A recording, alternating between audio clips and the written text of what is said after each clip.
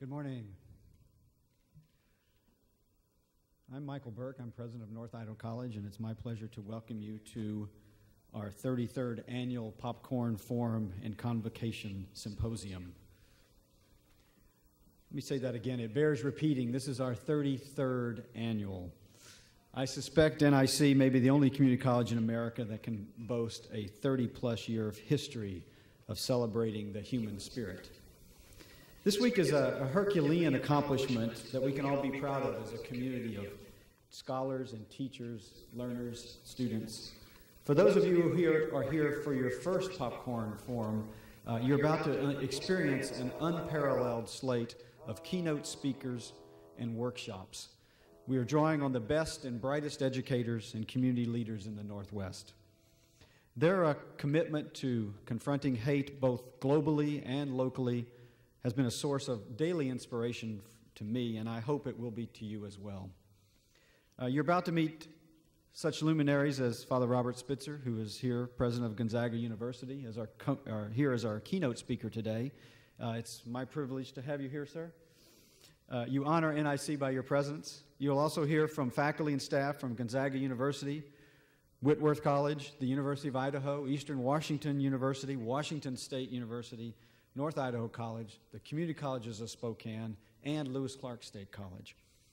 You will have the opportunity to learn from key members of groups active in the fight against hate, groups like the Southern Poverty Law Center, the Anti-Defamation League of B'nai B'rith, the Carr Center for Human Rights Policy at Harvard University, and you will hear from a Holocaust survivor. This year, we are fortunate to be joined by many, many extraordinary partners in this Popcorn Forum. The Kootenai County Task Force for Human Relations, the Human Rights Education Foundation, Gonzaga University's Institute for Action Against Hate, KSPS, and Harvard University have all joined arms with us to make this event possible. Moreover, through Tony Stewart's efforts, we are now linked by video feed in real time with dozens of colleges around the country. This is for the first time in our history. The synergy this collaboration represents speaks volumes about our collective commitment to combating hate in our communities and in our lives. And how did we get to today? Who makes all this happen?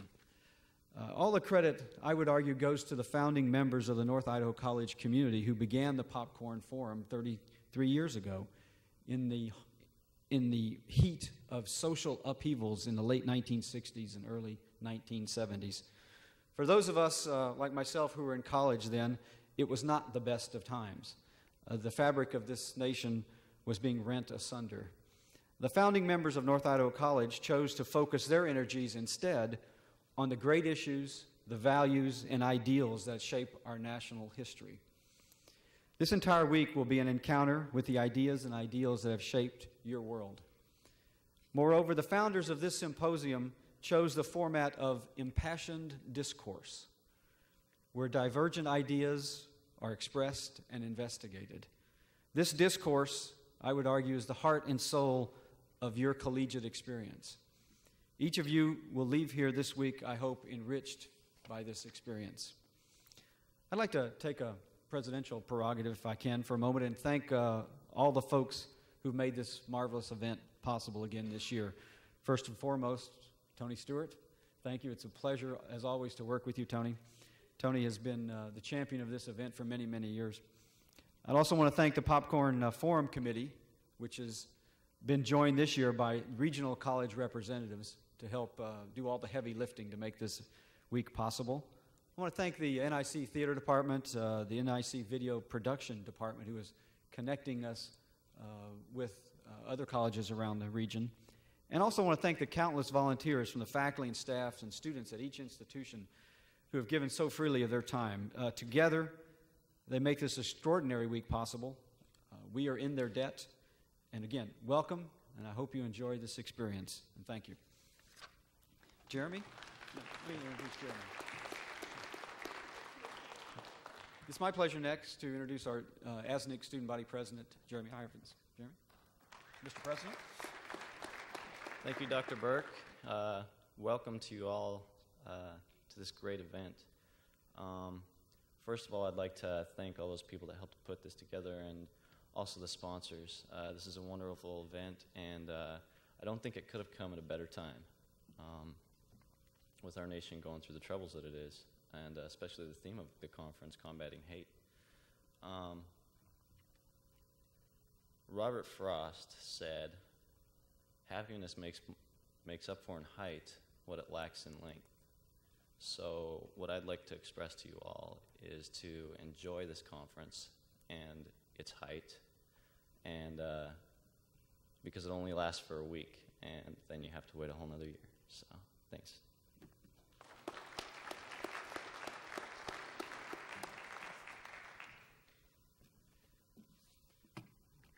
It's next my pleasure to introduce our very special keynote speaker today, Father Robert Spitzer, President of Gonzaga University. I would spend the morning, probably most of the morning, reading the many, many accomplishments in his bio here, but it would not give him much time to speak. So I'm going to kind of abbreviate his illustrious career. Father Robert Spitzer was born in Honolulu, Hawaii. He's been president of Gonzaga University since 1998, and he is a writer, a professor, and a speaker involved in a variety of community boards and projects. He received his BBA degree in public accounting and finance from Gonzaga University, magna cum laude. He then received his master's degree in philosophy from St. Louis University, magna cum laude, and his Master of Divinity degree from the Gregorian University in Rome, which was summa cum laude. He also has a Master of Theology degree in Scripture from the West End School in Cambridge, also summa cum laude, and his PhD in philosophy from the Catholic University of America, also summa cum laude. Since 1999, Father Spitzer has published 2 books, 12 articles. The most recent books are The Spirit of Leadership, Optimizing Creativity and Change in Organizations, and Healing the Culture, a common sense philosophy of happiness, freedom, and life issues. He has also recently completed a new book manuscript, which he has submitted for publication. It is entitled New Proofs for the Existence of God, Contributions of Late 20th Century Philosophy and Physics.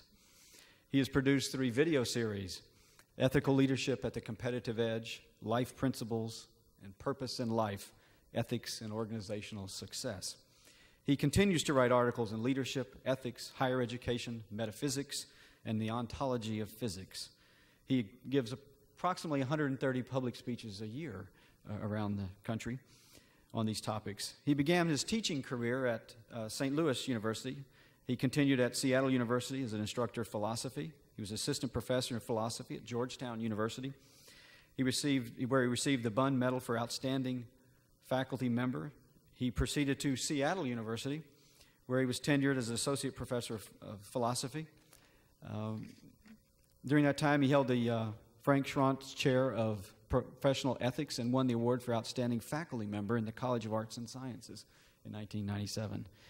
He has founded or co-founded 5 institutes of higher education and higher learning, including the Colleagues of Jesuit Business Education, the Gonzaga Institute of Ethics, the Center of Life Principles, the Philosophical Foundations of Physics, and the University Faculty for Life.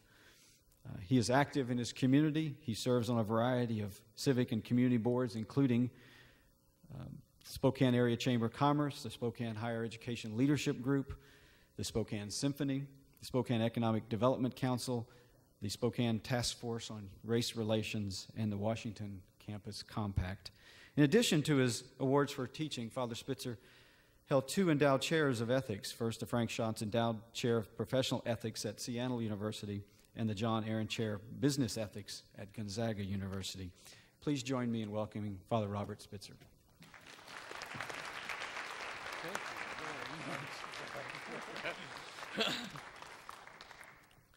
If that was an abbreviated introduction, now I'll have to live up to it. I want to say, first of all, what an honor it is for me to be here and to be in the midst of a forum that has such a tradition of doing not only social justice, but the common good in so many different ways, through so many different disciplines, through so many different universities, that benefits not only our local community, but obviously whose discussions are going to benefit the nation as a whole. I'm very honored to be here today to present this keynote, and also honored to be in the midst of all of you who have tried in so many different ways to make our nation and even the call of justice and the call of peace and what I would term through my own faith the call of love to be a reality in our culture, in our community, in our society, and in our country. Thank you so very much. What I thought I would address today is one particular angle on hate. It is a difficult topic to consider straight on for the obvious reason that it is, of course, intrinsically negative. So I thought I'd do this angle on hate from kind of a threefold perspective. The first thing I wanted to do was see it in the context of its opposite, namely love. Because I think to try and look at hate, which is an intrinsic negative, straight on, almost, has no content, if I could use the words of Plato. In other words, when we try to look at something which is essentially a negation or a privation, straight on, without reference to what it is negating, it almost is like looking at a vacuum, something empty. But if one can see it in relationship to what it's negating, then the seriousness of the issue with which this conference is dealing becomes rapidly apparent. The second thing I wanted to do was to look at it from the vantage point of redressing it.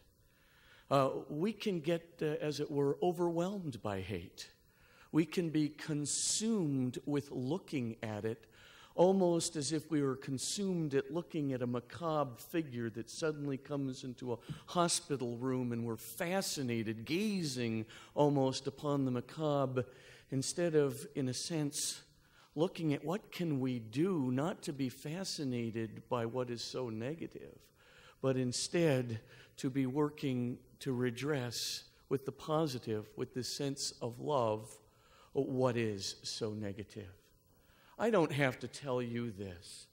I mean, I'm preaching to the choir, obviously. But what I want to say is all of your efforts already so very much involved in redressing this issue of hate, maybe perhaps as a philosopher, which is my discipline, maybe as a philosopher I can add an angle, add an insight, add a moment, add something to the way that we might be able to redress it from my particular discipline. The third thing I wanted to do was to take a look. I think hate is a progressive thing. I agree with most thinkers that hate begins in the human heart for various reasons, which I'd like to discuss. But then I think it quickly moves from the personal and it becomes interpersonal. Indeed, today I'm going to begin with the interpersonal dimension of hate, because I think hate is essentially an interpersonal crime or an interpersonal sin, if I might use a theological term. There's something interpersonally undermining of what is intrinsically positive between human beings. So there's an interpersonal dimension to hate. But hate doesn't stop there. It kind of gets to a communal dimension. There's something in which, in a way in which groups start appropriating a negative interpersonal dynamic, and then when the group or the community or the communal group starts appropriating this negative interpersonal dynamic, they can enhance it. They can fill it with fear and fill it with blame and fill it with all kinds of, as it were, negative energies that were not there with the mere expression of it interpersonally. And finally, then, hate can even take on a further dimension. I mean, I do think it can be combated and it can be stopped at its roots, but we must look at it for what it is. And it can even take on a societal dimension. I don't have to tell you here. Many of you are historians and sociologists who know much more about this phenomenon than I do from the vantage point of your disciplines. But the key thought is that when hate takes on its societal dimension, it brings with it two other things: cultural sanction and even historical sanction for hate. And when cultural and historical sanctions are added to the group dynamics of hate, then, of course, it becomes almost intransigent and much, much more difficult to resist and to stop. And therein lies the problem. In order to stop it, we are almost forced to resort to means of resistance which seem like hate itself, almost to go to the extremes sometimes of violence to stop what seems to have a cultural and historical sanction in order to redress that form of hatred. I guess the theme that I would then want to promote as a philosopher today is, as I move into this theme of hate, is it is always easier to stop hate at the personal level before it becomes interpersonal. It is easier to stop hatred at the interpersonal level before it reaches the communal level, and then therefore takes advantage, as it were, of that community sanction or that group sanction. And it is easier to stop hate at the communal level before it takes on the level of cultural and historical sanctions, and then becomes so difficult to reverse. So let us begin a little phenomenology, as it were, of hate. Many of you who are philosophers or theologians or people involved in literature in this room have certainly seen and experienced many phenomenologies of love. Phenomenologies of hatred are not written about very often because, as I stated earlier, it deals with an intrinsically negative property. And if we isolate it from the context of its opposite, which is purely positive, namely love, then of course very little content emerges. What I'd like to do is just for a second start with the interpersonal dimension of hate and look at it, as it were, over against its purely positive component, namely love. So what I'd like to do is just take a look at a few dimensions of love and then see how it is counterpoised by this opposite dynamic, this opposite energy, which has at its root the desire to undermine all of the positive dynamics of love, and then see how can we redress it? How can we get out of it? I think it benefits us to look straight on at this hatred, see what it's doing over against love, so that we can figure out precisely what we need to do within our hearts, within the interpersonal dynamics, not only of our personal relationships, but our societal relationships, in order to redress it. So here's a thought about love. I think love essentially begins with looking for the good news in the other. I'll explain that in a moment. But there's an opposite choice, an opposite dynamic that we always have. In fact, it may be actually easier to do the opposite choice, and that's to look for the bad news in the other. We always have a choice about how we're going to look at another human being, and I'm speaking interpersonally here, not societally or communally yet, but just interpersonally. When we confront another human being, we always have a fundamental choice. Good news or bad news? What am I going to be looking for the minute I encounter this other mysterious human subject? And then, secondly, whether I'm looking for the bad news or the good news, I generally make a decision about whether I will look at the person as problem or to look at the person as mystery. So the first thought then about love is, we probably have to make, from the very get-go, we're going to have to make a decision about how we look at the human other. Good news and mystery, we may proceed to love. Bad news and problem, we will probably proceed to hatred. But that moves us to a second stage. The second stage in the moment of love is empathy. That connection with the other. Empathy, that marvelous way in which human beings are constituted.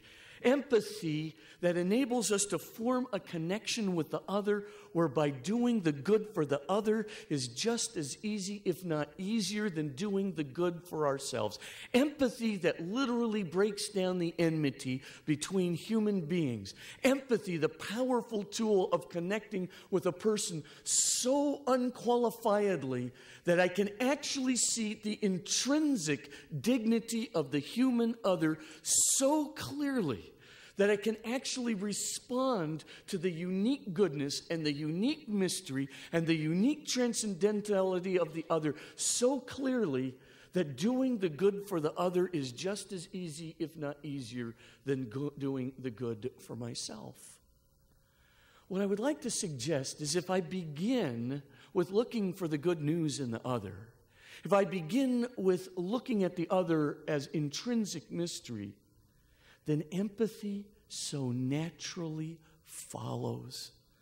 Human beings have a goodness through which empathy so easily follows.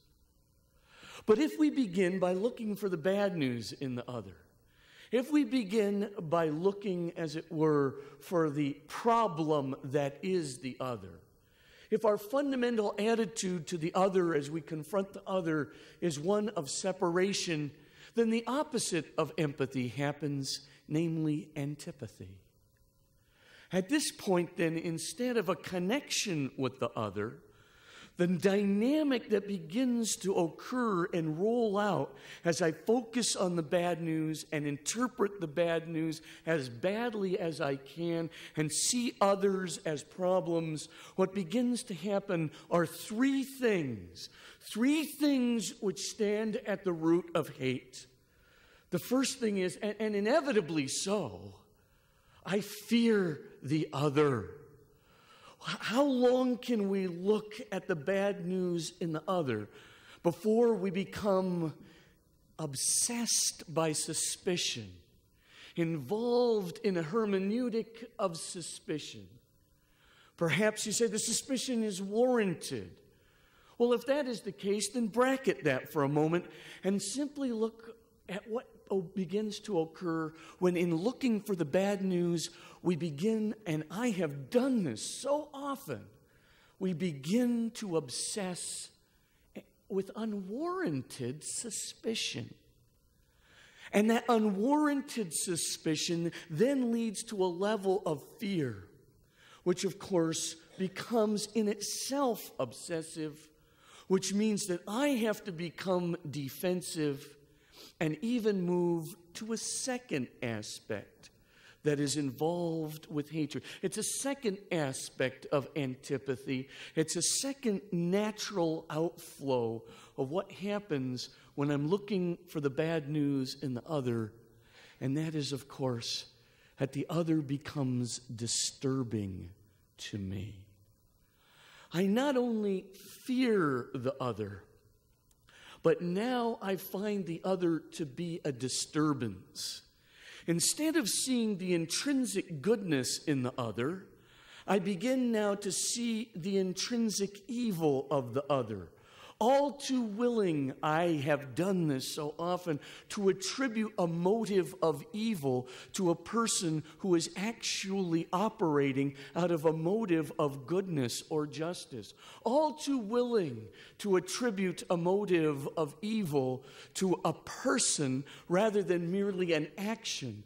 All too willing to take a mistake of another human being and to try and whitewash their entire personality with a sense of just the evil of the person themselves. What begins to happen then, as we move out of this fear to this deeper disturbance, is, of course, the ultimate in disrespect. We brand the other person as evil. When I have engaged in this, I have not engaged in it in some kind of cruel way.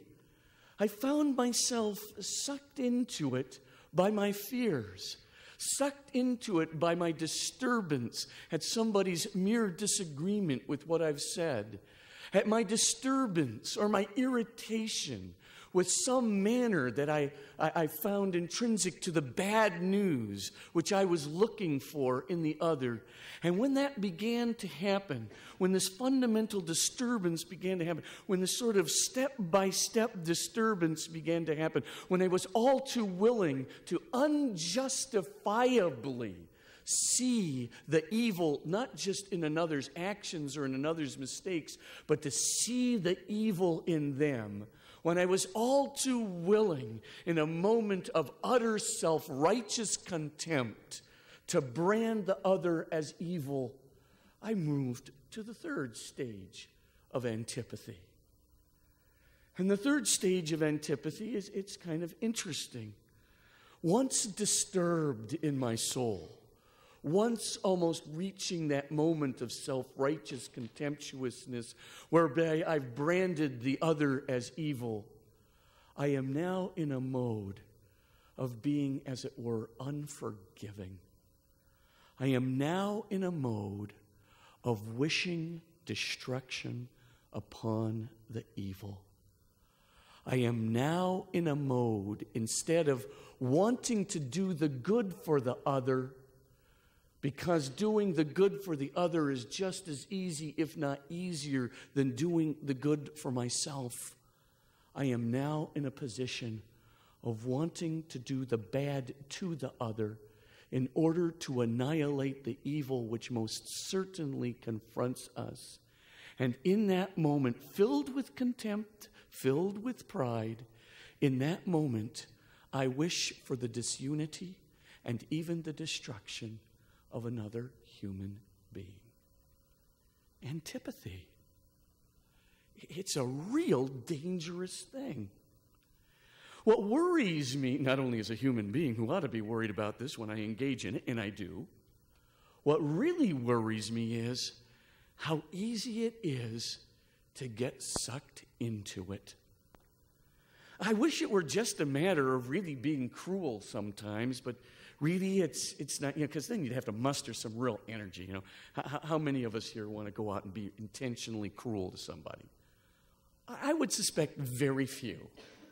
I mean, if you're wanting to get into the cruel mode, you'd really have to act against yourself, act against your principles, act against your education, and act against every other intuitive emotion which you have cultivated these many years in order to make the world a better place. That'd be really hard to do. You know what I'm saying? But the problem with antipathy is it always gets sucked in through the bad door of the looking for the bad news of the other, of the vision of the other as problem, moving to the vision of the other in fear, moving to the vision of the other as evil, moving to the willful destruction of what is feared and is evil. And here, antipathy has its power, because quite frankly, it is sneaky, very sneaky indeed. Even for people who commit themselves, as at least I try to profess that I do, to love. But that leads to a third stage. And the third stage, of course, when we deal with antipathy, that second stage, just flowing off the vision of the other as bad news. When I get to that third stage, then, the third stage is to want to go out, get this, and share my vision of antipathy with others. Hatred has a bizarre consequence. And it's literally the same dynamic of love in the sense that it moves outside of itself. Of course, hatred does it negatively, love does it positively. But the key thought is there's almost this interior dynamic to want to move outside of itself.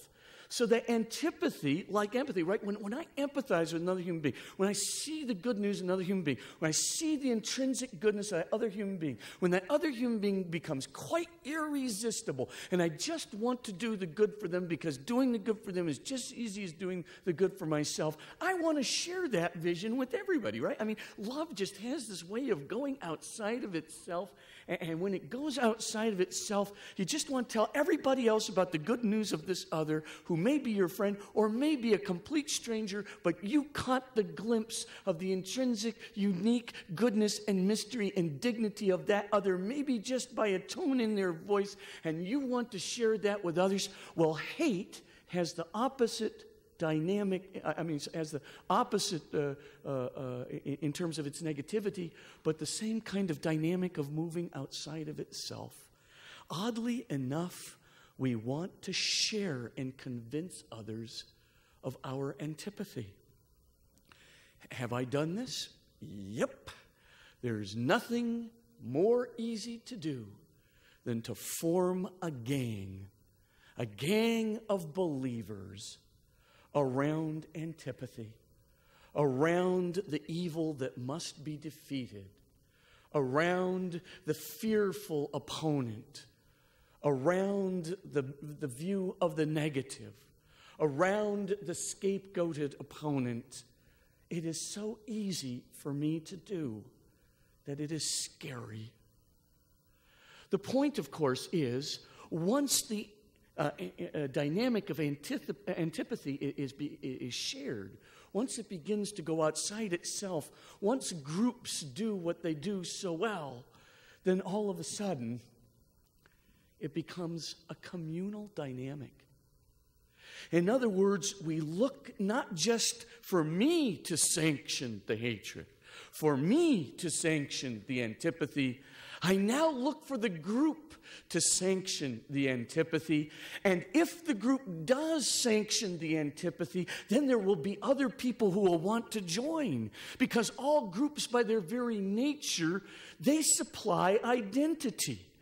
Maybe 70% of people in most world cultures get their identities more from their groups than from individual decisions. That's true still.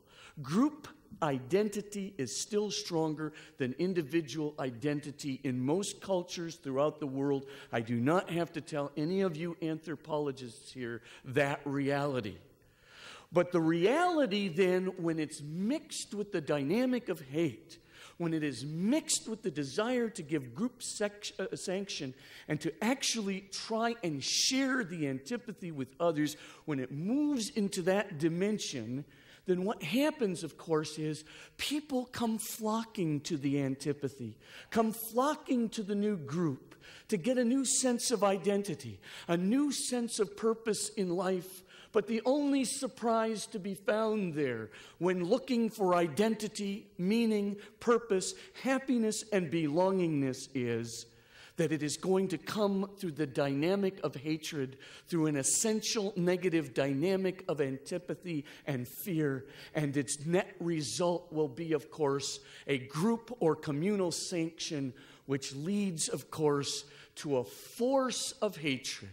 A communal force of hatred, a group force of hatred within a culture which now has a footing, which now has people's whole identity at stake in order to preserve it. And in terms of that, then, it becomes not only a communal force, but a cultural force. Sounds pretty negative to me, but it gets worse.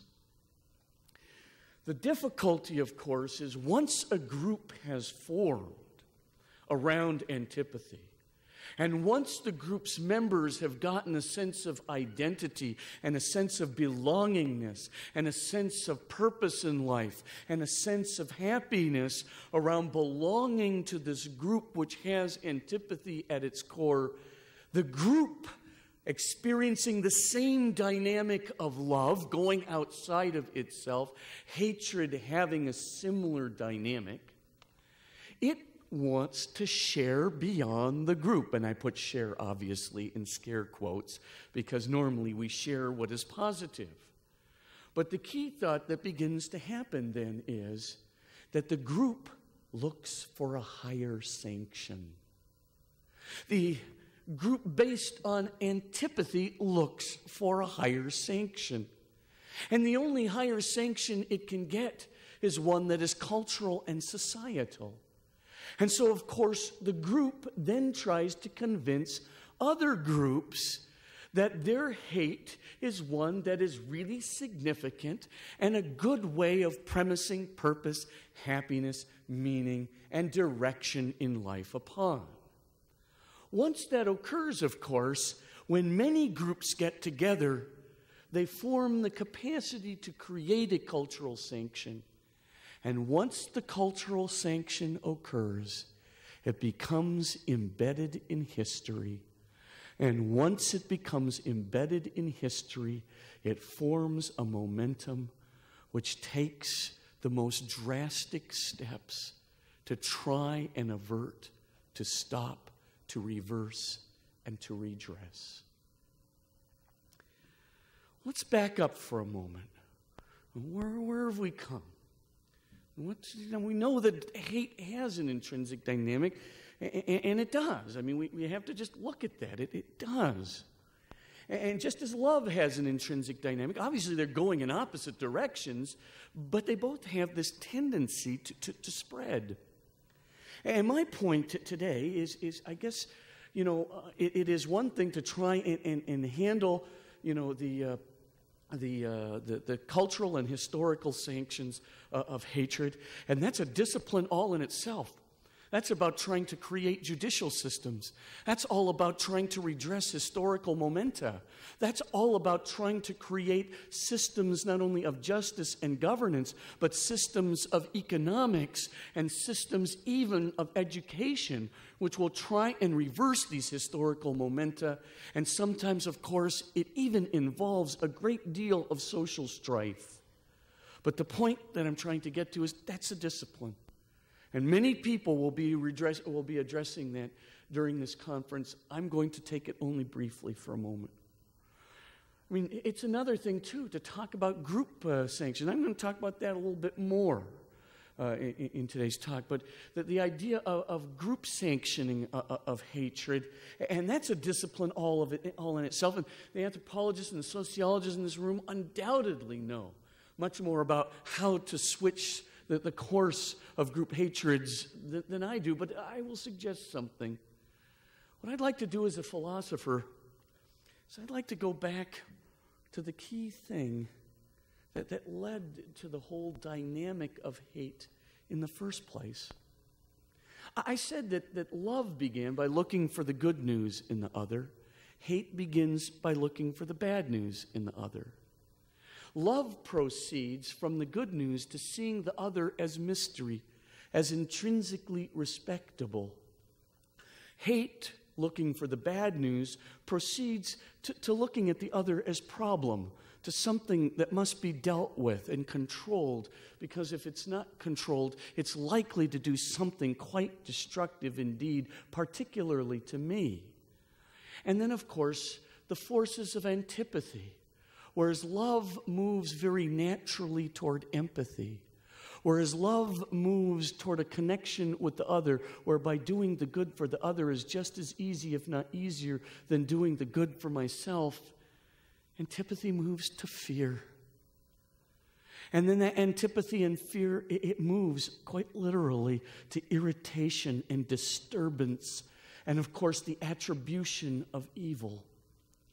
And then, of course, as I said before, it moves eventually to wanting to share its newfound meaning in life and happiness with as many people as it can, just like love. But how do we stop it? What are the tools of anti-hate? I mean, where can we begin? Where can we begin in the human heart? I'm just a philosopher, right? I have to say, there are people here in this audience who understand far more the dynamics of groups and the dynamics of cultures and the dynamics of society than I do.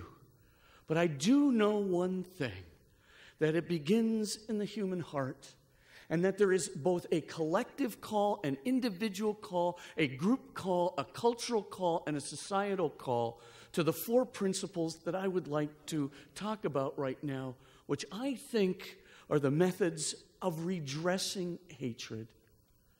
I'd like to speak, first of all, about moving beyond the centrality of ego for a second, because I do think pride cometh before the fall. That there is something in the midst of pride which is causing us to look for the bad news in the other and speaking only for myself. speaking only from my own experience, every time I find myself defaulting to looking for the bad news in the other first, to wanting to proceed to the other as problem rather than mystery, and then proceeding to all the steps of antipathy, to fear, and then, of course, to that brandishing of people as evil, to demonization, and then sharing my newfound happiness in quelling the demon, whenever I do this, I know that pride was always somewhere. Somehow my ego was always somewhere in the midst of that hatred. And the first thing I must do, the first thing I need to do as a human being is to redress that. I'm going to redress these fast. I'm going to talk about these fast.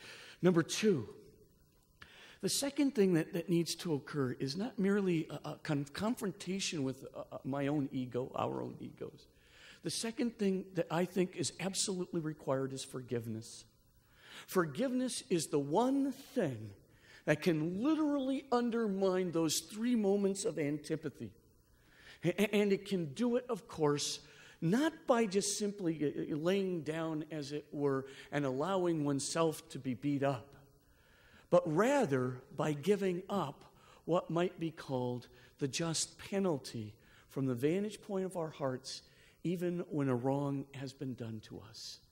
I do believe that forgiveness redresses the problem of vengeance begetting vengeance and violence begetting violence.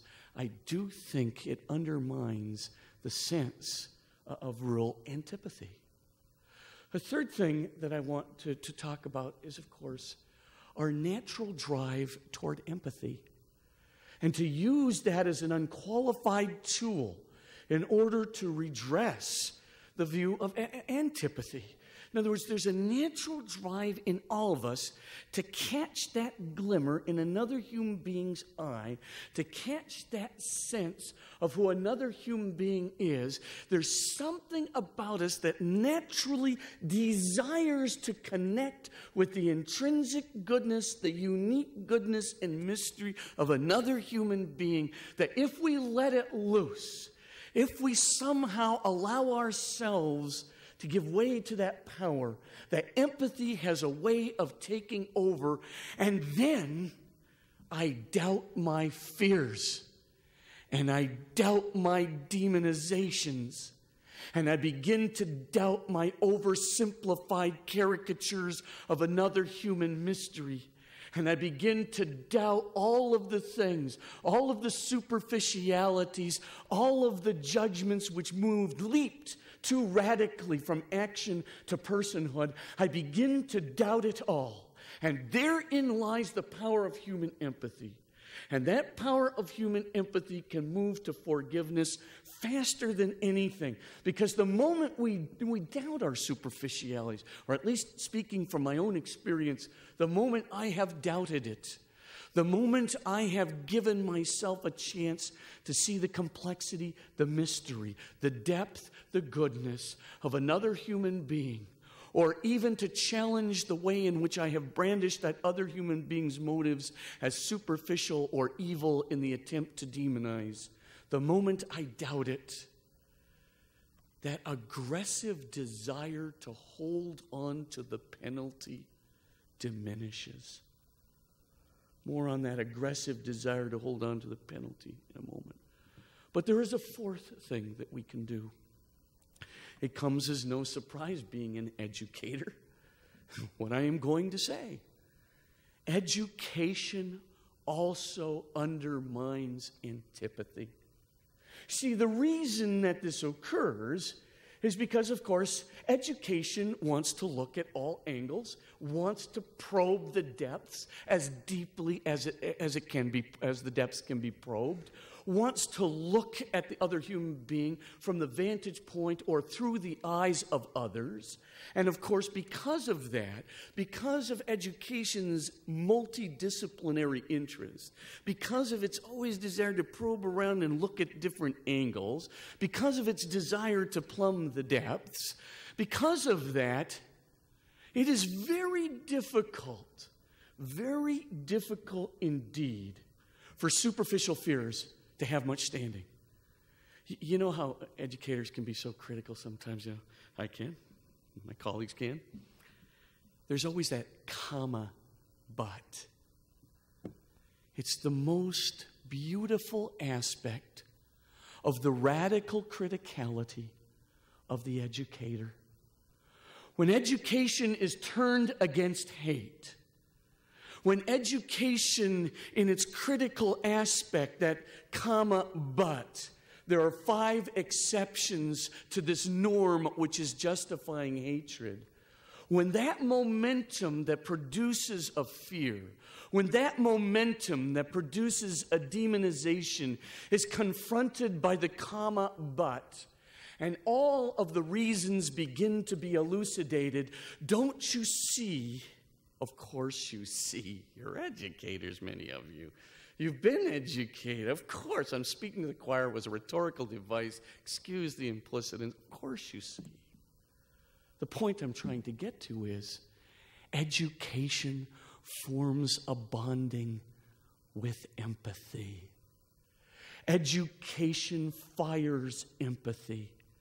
Education which takes its criticality, its comma, but, and puts it to the test and makes, of course, the superficiality of fears and demonizations an almost impossible opinion to hold from the vantage point of rationality. When education is at its best, when education looks at the roots of things and plumbs the depths, when education sees the multifarious perspectives, when education does its job, it forms a bond with the simplicity of empathy, the simplicity of the movement of the heart toward love, the simplicity of the vision and the intrinsic dignity of the other, the simplicity of that vision of the intrinsic goodness and dignity of the other. It forms that bond, complexity and simplicity, in a dialectic which has such power that no antipathetic response can resist it. And the point that I think I would like to make today, if I could just go through this very rapidly and show a natural sequence of how things work, I think we can actually begin to take this project through education and through the simplicity and the intuition of our hearts and form for ourselves a kind of communal obligation to ourselves, a communal sense of belongingness around the kind of love that redresses hatred through love. Here's my thought.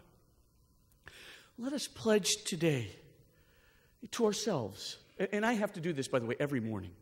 Every single morning I must do this. Otherwise, I will fall prey easily. Demonization, real easy for me. I can do a job of the hat. Fears, no problems can do. Looking for the bad news in the other, all I have to hear is one little irritating, grammatical mistake, and I'm on the road. So we need to do this, I think. We need to do this together. We need one another to support us and to help us. And we not only need to do it together, I think we need to do it daily. And here's what I think I would want to do with you. But I'll speak only for myself. Today, what I'd like to do with you and every day subsequent is I would like to commit myself to looking for the good news in the other. That when I am confronted with another, even another who hates every opinion I have, another who's just gonna be trouble, you know what I'm saying? Another who, I didn't give enough resources to that program. Now I'm going to be in for it, okay, and so forth and so, right? That any other who I confront today, I am going to look for the good news in that other. I'm going to look for the little good things, and I'm going to look for the great good things that they aspire to. I'm going to look for the delightful idiosyncrasies. I'm not going to let the irritation get to me and undermine the real depth of the other and the motive out of which they will be operating. I think today that I'm going to not only look for the good news in the other and the great aspirations, I will try to interpret the other's motives. Here's my thought to myself.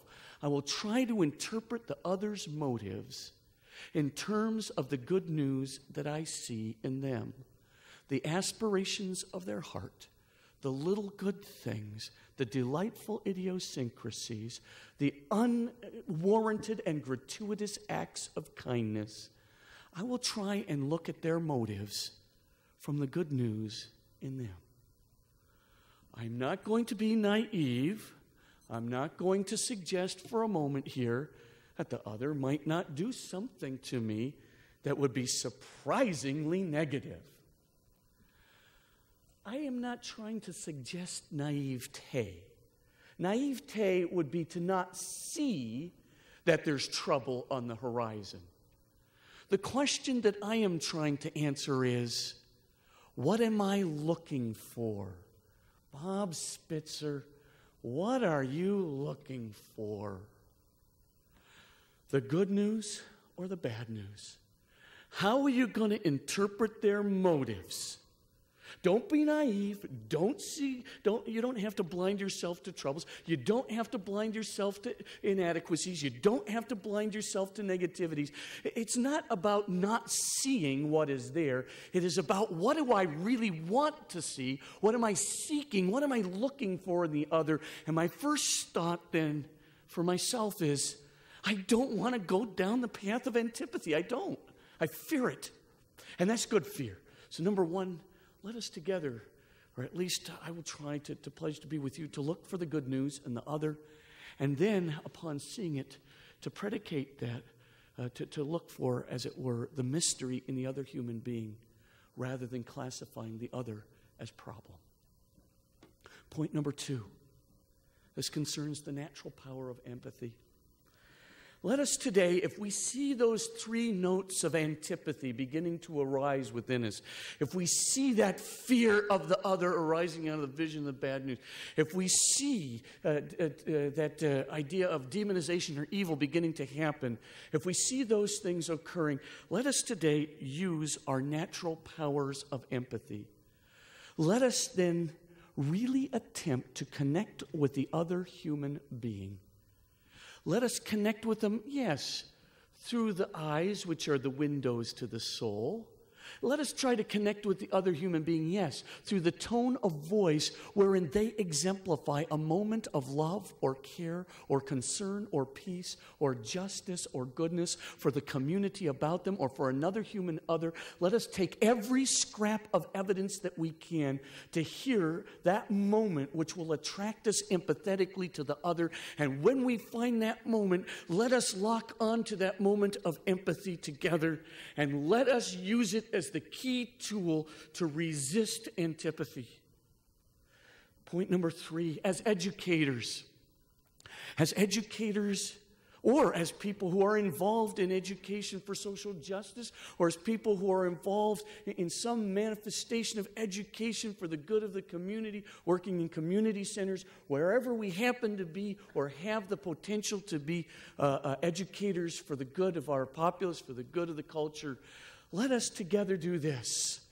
Let us employ all of the methods at our disposal, the disciplines at our disposal, so that we can introduce that comma but, that ability to see things in terms of its complexity, the ability to be able to fashion a vision which takes a look at all of the antipathies that have been given such credence and truth through cultural and historical sanctions.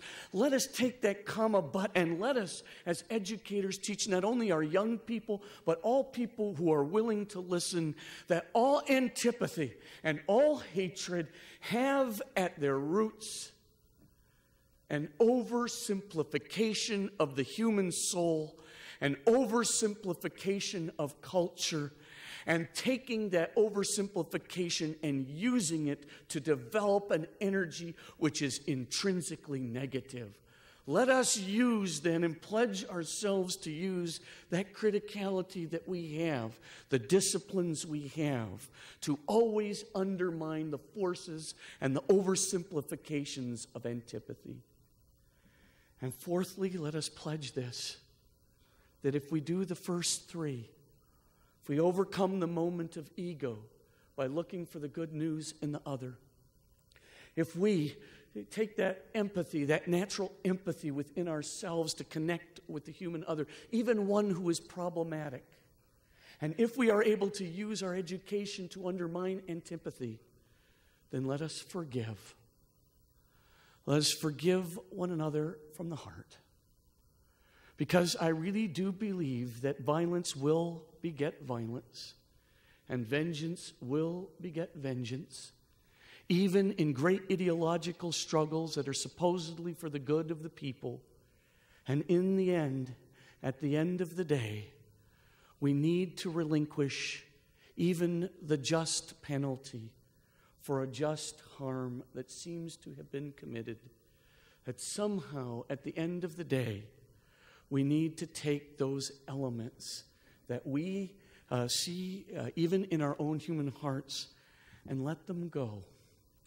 Let them go in a sense, not to say don't protect people in the future, not to say let social marginalization continue, not to say social evil should continue, but to let them go so that as we try to resist social evil, as we try to resist social injustice and marginalization, as we try to embark on this process of resistance for the good of overcoming hatred, that we do not become victims of hatred ourselves. For the act of forgiveness is a conditioning of the human heart away from hatred. And that will make the resistance of social evil or social injustice a pure thing. I by no means practice this perfectly, but these are 4 pledges which I hope together as a community we can embark on for the sake not only of peace and social justice, but for the sake of overcoming the antipathy and the hatred that take the finest aspects of human creativity and ruin them, but instead to replace it by the dynamic of love, which would form a human community whereby doing the good for the other is just as easy, if not easier, than doing the good for ourselves. Thank you so very much.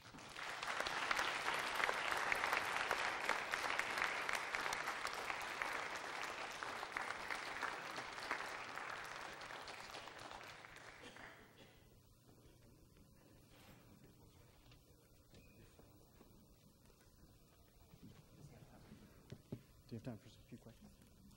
Just literally one or two. I want to first of all say that Father Spitzer, what a remarkable speech and what an important way to commence our week. And you have truly defined the most difficult term of all, and that is hate. Father has an appointment back at Gonzaga, so he cannot be with us for only a few more minutes, but maybe we can have time for 2 or 3 questions. Please, sir. Do you mind coming to, let me get you to the microphone so that we have this on tape. Just a moment. My name is Stan Hess, and I'm the Idaho representative for the European American Unity and Rights Organization, and I'm a hate crime survivor. And my question to you is, are European American people, those of us that are called Goy, Gringo, Honky, White Boy, and Chicxa, or do we have a right to sit at the multicultural table? Well, obviously you do, because of course if you didn't have such a right to be at the multicultural table, it wouldn't be multicultural anymore, and it would preclude the very kind of inclusion that is required for all of us to live in an empathetic state. So the fact is, of course, inclusion has to be almost by its very principle a universal norm.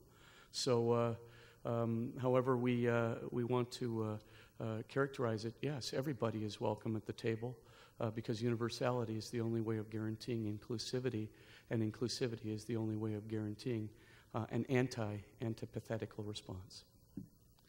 Other questions?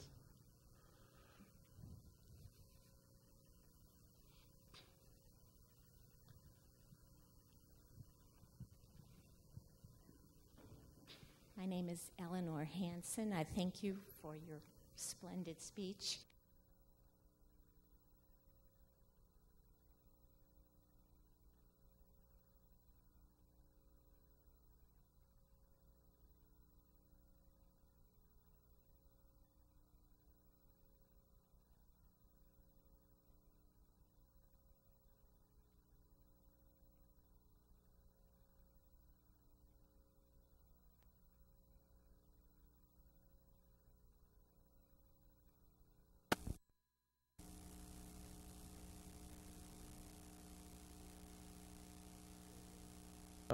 however we want to characterize it, yes, everybody is welcome at the table because universality is the only way of guaranteeing inclusivity, and inclusivity is the only way of guaranteeing an antipathetical response.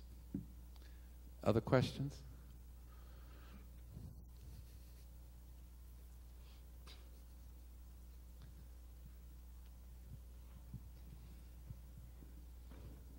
My name is Eleanor Hansen. I thank you for your splendid speech.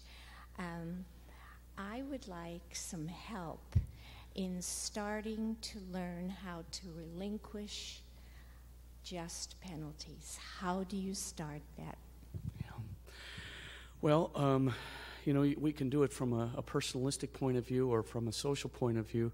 I noticed in your program you have several workshops here at the Popcorn Forum, which will be devoted to the social one. So maybe I'll just give one thought about it from a personal point of view. I think two relevant distinctions could be helpful. I don't have a lot of time to spend on it right now, but the first thing is, does every person have a right to try to prevent abuse from happening to them? The answer is yes. So, in a way then, does forgiveness preclude the defensiveness that is required in order to prevent a situation of abuse or a momentum of abuse from happening? Obviously, it does not. So we can forgive one another. In other words, we can let go of the hatred. We can let go of the desire for vengeance. We can let go of the desire for negativity. And we can let go of the desire to get the exact penalty for the crime or even the worst penalty for the crime, and still at the same time take appropriate evasive or defensive actions that will prevent the social injustice or the abuse or the whatever the momentum of social injustice from occurring. So that's the first distinction, which I think is crucial. So we're letting go of a dimension of our heart, but at the same time we have a right of as it were, defending ourselves or trying to take an appropriate evasive action. The second distinction, which I think is really crucial, is the difference between forgiving and forgetting. Because, of course, forgetting is always going to take a lot longer than forgiving, right?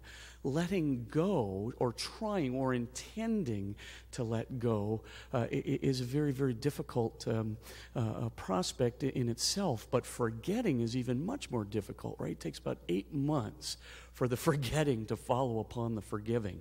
And if it's really a deep hurt, it takes a lot longer because the subconscious just keeps playing those tapes again and again and again. So I generally tell people, don't wait until you can forget before you forgive. Because, of course, forgiveness is going to be that ability or desire or intention to let go is going to be the prerequisite to a much quicker forgetting. And, of course, that allows for the dynamic of forgiveness to work its wonderful way into our subconscious. And when that happens, we actually, in the end result, do let go. If you have faith, I've got a prayer for you. And my prayer is, Lord, you're the just judge. You take care of it. Works for me. On that note, Father Spitzer, again, you've just done a tremendous job kicking off this symposium on a very, very important, serious topic. I do want to introduce the executive director of the Gonzaga University Institute for Action Against Hate. I believe it's the only institute at any college in this country. Would you stand, Jerry Shepard, please? Jerry's with us today. Give her a hand. A lot of students had to leave for a 10 o'clock class. We have to leave. Dr. Michael Burke will be speaking at noon at Gonzaga University. We're exchanging the presents today. And thank you for coming. There's programs here, and there's a lot of things going on. There's 44 events this week. And thank you again. Thanks, Tony.